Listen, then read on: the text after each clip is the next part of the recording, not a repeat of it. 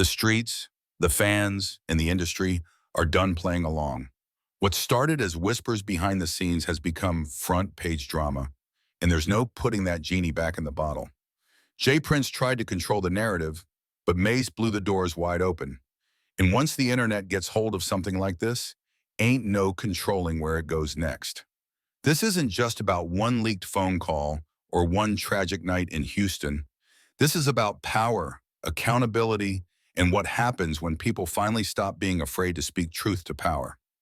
The spotlight on mob ties has never burned this bright, and every move, every statement, every silence is being analyzed and questioned. If you made it this far, you know we don't sugarcoat anything here. Drop that fire emoji if you're here for the truth, smash that like button, and make sure you're subscribed with notifications on because this story is far from over. The receipts keep coming, the investigations keep digging, and the drama keeps escalating. Tap that next video for more explosive updates from the world of hip-hop politics and street legends, whose legends might not be what they seem. But beyond all the legal drama and industry politics, there's a deeper tragedy here. Takeoff was the quiet one in Migos, the peaceful one, the one who stayed out of drama and focused on the music. Houston police have said that gunfire followed a disagreement over a lucrative game of dice around 2:30 a.m., and that Takeoff was not involved and was an innocent bystander. The fact that his life was cut short over dice and ego, surrounded by people who claimed to have love for him, is heartbreaking. What Mase did by speaking out wasn't just a clap back or a response to disrespect. It was a warning shot that showed the fear surrounding J Prince is starting to fade. Real ones aren't scared to talk anymore. The silence that used to keep people in check is breaking down, and once that wall comes down, everything behind it gets exposed. The possibility that there's actually recorded audio of that phone call is what's got everyone holding their breath. If Mase and Cameron have been sitting on actual evidence, waiting for the right moment to use it, that changes everything. What did J Prince really say to Takeoff? Was it just conversation?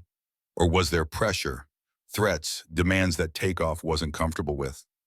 Industry insiders are whispering that multiple labels and media companies are quietly distancing themselves from anything mob ties related.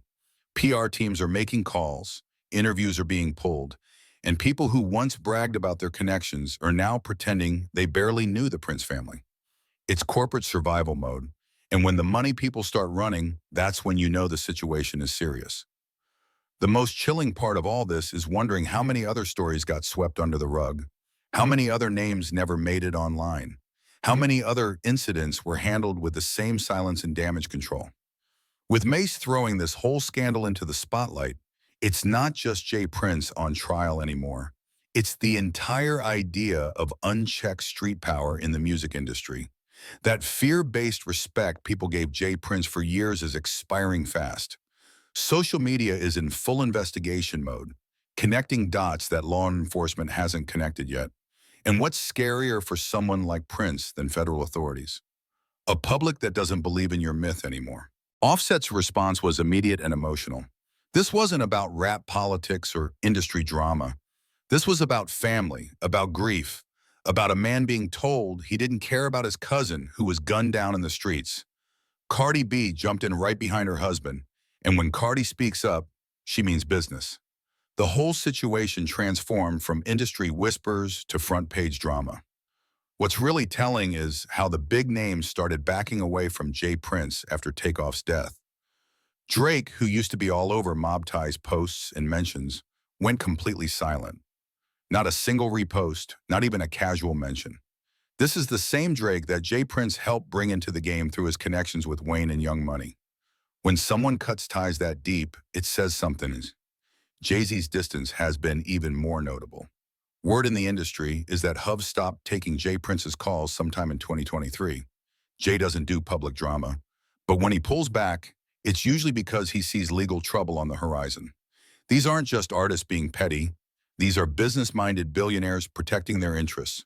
The shift in power dynamics is becoming impossible to ignore. That old check-in system that gave J Prince so much influence is crumbling. Artists are looking at what happened to Duke the Jeweler and Takeoff and asking themselves why they should trust a system that couldn't protect the people who followed the rules. Social media has become an investigation hub, with fans posting timelines, comparing witness statements, analyzing body language from old interviews. They're doing the detective work that should have been done months ago.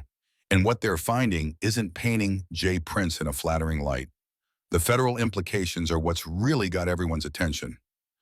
RICO laws don't care about your reputation in the streets or how many platinum plaques you've got on the wall. They care about patterns of behavior, witness intimidation, and organized criminal activity. With names like Offset, Cameron, and Mase all pointing fingers, saying there might be blood on certain hands, that's the kind of heat that labels can't protect you from.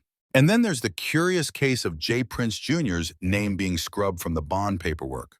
Why would someone go through the trouble of removing that connection unless they were trying to distance themselves from the situation? It's giving damage control vibes, like when you're trying to clean up a mess before it gets bigger. But this pattern isn't new. Duke the jeweler's name keeps coming up in these conversations. Another artist who allegedly checked in with the Mob Ties crew, got involved in dice games, and ended up dead. Two separate incidents, two different artists, but the same tragic outcome. That's not coincidence. That's a pattern. When Mase finally decided to speak up, he didn't hold back. The way he came at J Prince wasn't just about defending himself from some podcast comments. It was years of frustration boiling over. If you're 60 years old and you trying to be a street person, you failed, Mase said, cutting straight to the heart of what people have been whispering about J Prince for years. That comment hit different because it exposed something fundamental about the whole situation. Here's a man who's built his entire reputation on being the ultimate street boss, the guy everyone has to check in with, the protector of the culture. But if artists keep getting hurt or worse under his watch, what's all that reputation really worth? The response from J Prince was swift and telling. Instead of addressing the serious allegations about the phone call, he went into threat mode, making cryptic posts on social media, trying to flex his influence. But the internet wasn't buying it this time. The same fear tactics that used to shut down conversations weren't working anymore. Then came the moment that really escalated everything. J Prince made those comments about Offset not being there for Takeoff when he was alive. Prince, whose son Jazz has also come under scrutiny for his reaction to the incident, says that he remains fond of Quavo, but his words about Offset struck a nerve that couldn't be ignored. Picture this. Over 40 people witnessed what went down that night. Security cameras were rolling. Cell phones were recording. Yet somehow the story has stayed murky, with key details missing and crucial witnesses staying silent. The official narrative talks about a dice game gone wrong, money on the table, arguments breaking out. But what if there was more to it? What if the pressure Takeoff was under didn't just come from some random dice game dispute? Quavo was reportedly involved in a dice game outside the bowling alley when an argument and physical confrontation broke out after he lost money to a pair of individuals. But new questions are emerging about whether the real tension started much earlier, possibly during that alleged phone conversation Mase is talking about. The arrest of DJ Pat, real name Patrick Xavier Clark, raised even more eyebrows. This wasn't just any arrest. The defendant shot a firearm into a crowd of people and struck the complainant in the back and head, causing his death, according to court documents. But here's where things get really suspicious. DJ Pat posted $1 million bond and walked out of jail like it was a regular Tuesday. That kind of money doesn't just appear out of nowhere, especially not that quickly. The streets are buzzing, and it's not just another rap beef anymore. Mase just dropped a nuclear bomb that has J Prince scrambling, threatening, and desperately trying to control a narrative that's already spinning out of his hands. We're talking about a leaked private phone call between J Prince and Takeoff that allegedly happened just hours before the young rapper lost his life in Houston. And what Mase is claiming was said on that call has the internet questioning everything they thought they knew about that tragic night. This isn't some Twitter drama or studio session argument. This is about a 28-year-old artist who walked into what was supposed to be a safe space and never walked out. And now, for the first time, someone with real knowledge is speaking up, pulling back the curtain on conversations that were never meant to see daylight.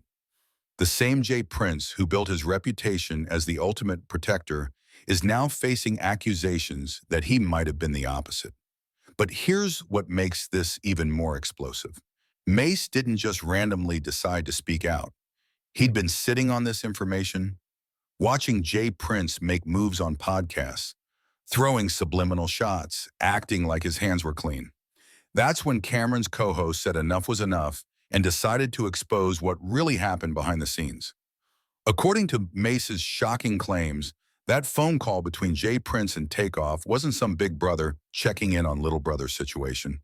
It was allegedly J Prince coming at Takeoff sideways, talking about loyalty, applying pressure, making demands. And the timing couldn't be more chilling because this supposed conversation happened the same night Takeoff would lose his life outside that Houston bowling alley.